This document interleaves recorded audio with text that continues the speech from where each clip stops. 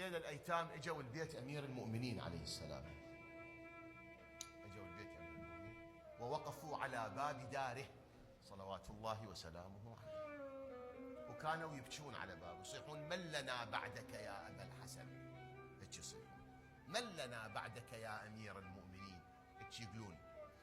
زين، أصبغ بن نباتة يقول: أنا جيت وقفت وياهم نصهم، إذا صاحوا صحت وياهم، وإذا بكوا بكيت وياهم، وبهالحال هذا. وبعضهم كان شايل قدح مال لبن، قايلين اللبن يعني يقضي على مفعول السم، وهم وصلهم خبر أن السيف اللي ضرب به أمير المؤمنين كان مسموما وكذا، كما ينقل البعض يعني. الخلاصة الأصبغ هم يقولوا: قفت وياهم أبكي وأصيح وياهم، من يصيحون: من لنا بعد؟ يقول: هم أصيح وياهم: من لنا بعدك يا أمير المؤمنين؟ من لنا بعدك يا أبا الحسن؟ يقول: وبينما هم يصيحون ويبكون عند باب أمير المؤمنين عليه السلام، إذ خرج الحسن من الدار. قال لهم: معاشر اليتامى رحمكم الله، أبويا سمع بكيكم وقام يبكي على بكيكم،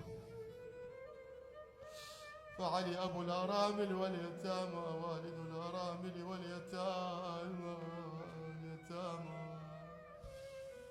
وتدرون حال أبوي أمير المؤمنين الليلة صعب جدا يا شباب، الليلة على فراش الموت يغمى عليه بين الزمان. يقول الحسن: قالوا: منصرفوا رحمكم الله، حالة أبوي ما تسمح يستقبلكم، أبوي على فراش الموت، وأبويا قاعد دموعه تجري من يسمع صوتكم، وانتم تزيدون الأذية على أبونا، نخاف على أبونا يتأذى بسبب هاي صيحتكم وكذا، فلو ترجعون الله يجزوكم ألف خير، ترجعون إلى بيوتكم، ما قصرتوا، أديتوا الواجب. أبويا يقول لكم: انصرفوا رحمكم الله. يقول: انصرف الأيتام وهم يبكون. الأصبغ يقول: كل ما ردت أنصرف ما قدرت، لا تكاد تحملني قدماي، ما ترضى تمشي رجلي وعوف إمامي أمير المؤمنين. يقول: خليت وجهي على باب الإمام أصيح: من لنا بعدك يا أمير المؤمنين؟ من لنا بعدك يا أبا الحسن والحسين؟ يقول: طلع الإمام الحسن مرة ثانية قال: يا أصبغ ألم أقل لكم انصرفوا؟ قلت له: سيد الأيتام انصرفوا، بس قلبي ما ينطيني يا رب، رجلي كل ما ردت يمشن ما مشن، قلبي يا إمامي خايف على إمامي. سيد يأمنك أمانة يا أبا محمد، تقول للعلي بن أبي طالب يقول لك الأصبغ ابن نباتة: السلام عليك يا أمير المؤمنين. قلت له: وصل الأمانة. دخل الحسن على الإمام قال له: أسمع صوت واحد يبكي. قال له: سيد الأصبغ ما يرضى يروح الأيتام، راح وأمني أمانة يقول لك: السلام عليك يا أبا الحسن يا إمامنا يا أمير المؤمنين. قال: وعلى الأصبغ السلام ورحمة الله وبركاته. يا حسن قل له فليدخل، بس لا يطول وياي، صحتي ما تتحمل والله، آلامي شديدة، أرفع قدما وأضع أخرى، بس خلي يدخل خطية هذا، خلي يدخل يشوفني يسلم ويطلع. يقول الأصبغ طلع للإمام الحسن قال لي: يا أصبغ أذن لك إمامك بالدخول عليه، ادخل سلم على الإمام، بس لا تطولها، أبويا وضعه ما يتحمل، ترى أبويا يون يرفع قدم يضع أخرى، استعجل سلم واطلع. قلت له: نعم، بس أشوف إمامي بها حاله. يقول: دخلت رجلي ترجف وأنا بطريقي إلى حجرة الإمام، دخلت إلى حجرته، شفت قالع باب خيبر نايم على الفراش، يرفع قدما ويضع أخرى، وصف أمير المؤمنين أسد الحروب. يقول: وقد شد رأسه بعصابة صفراء، والله لا أدري أيهما شد اصفرارا، العصابة ووجه الإمام علي. قلت: السلام عليك يا أمير المؤمنين. قال: وعليك السلام يا أصبغ، ليش تبكي؟ إنها الجنة، إنها مرافقة رسول الله صلى الله عليه وآله. قلت له: سيدي أدري هي الجنة، ولكن من لنا بعدك يا أبا الحسن؟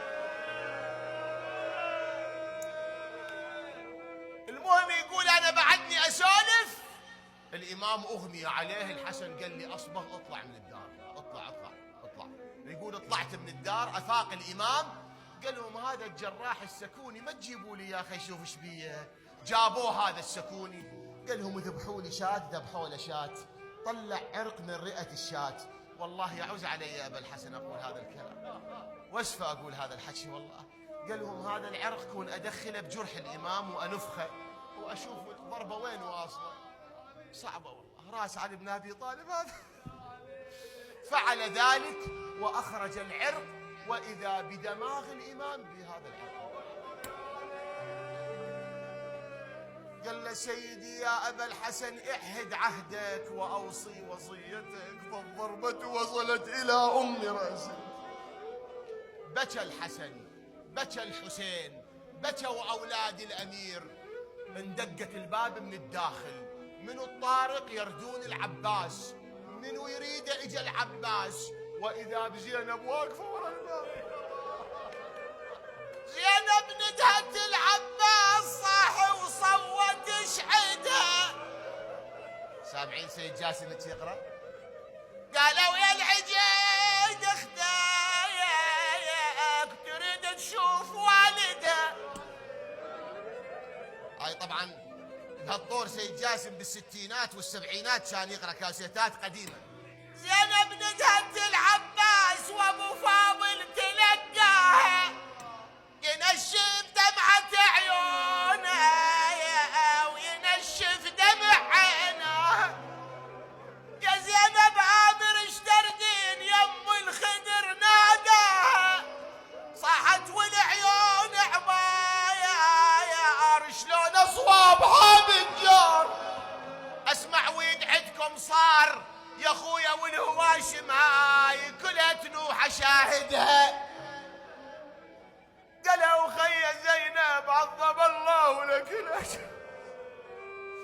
الدكتور يقول 1 2 3، قالت له اريد ادخل على ابويا. فرغوا البيت، دخلت تقول له بعيد البلا يا حارس الدين راسك يصير اليوم نصين. يا ابويا نصين وتنعاكل هاي المسلمين. يا بطلع مايوس من حيدر طبيبه، قعد يم الحسن يشتي المصيبة، يشتي الفاجعة لله وحبيبه. أثار أم الخدر كانت جريبة، اي والله ومن شافها على نحيبه. يا بن حيبة طاحت على صدر الإمام علي بن أبي طالب عليه السلام. قالها زينب إلي اجت يمه. عباس إلي اجا يمه. قال له عباس مد ايدك مد ايده. زينب مد يدك، مدت يدها وضع يدها في يده. قال له ابو فاضل زينب امانه عندك، وديعه عندك. انا فرد ضحويه بقد تقوم وهلي، وجني مو بنت فاطمه ولا بنت علي. بنت عشيره وما بقى عندي ولي ولا بقى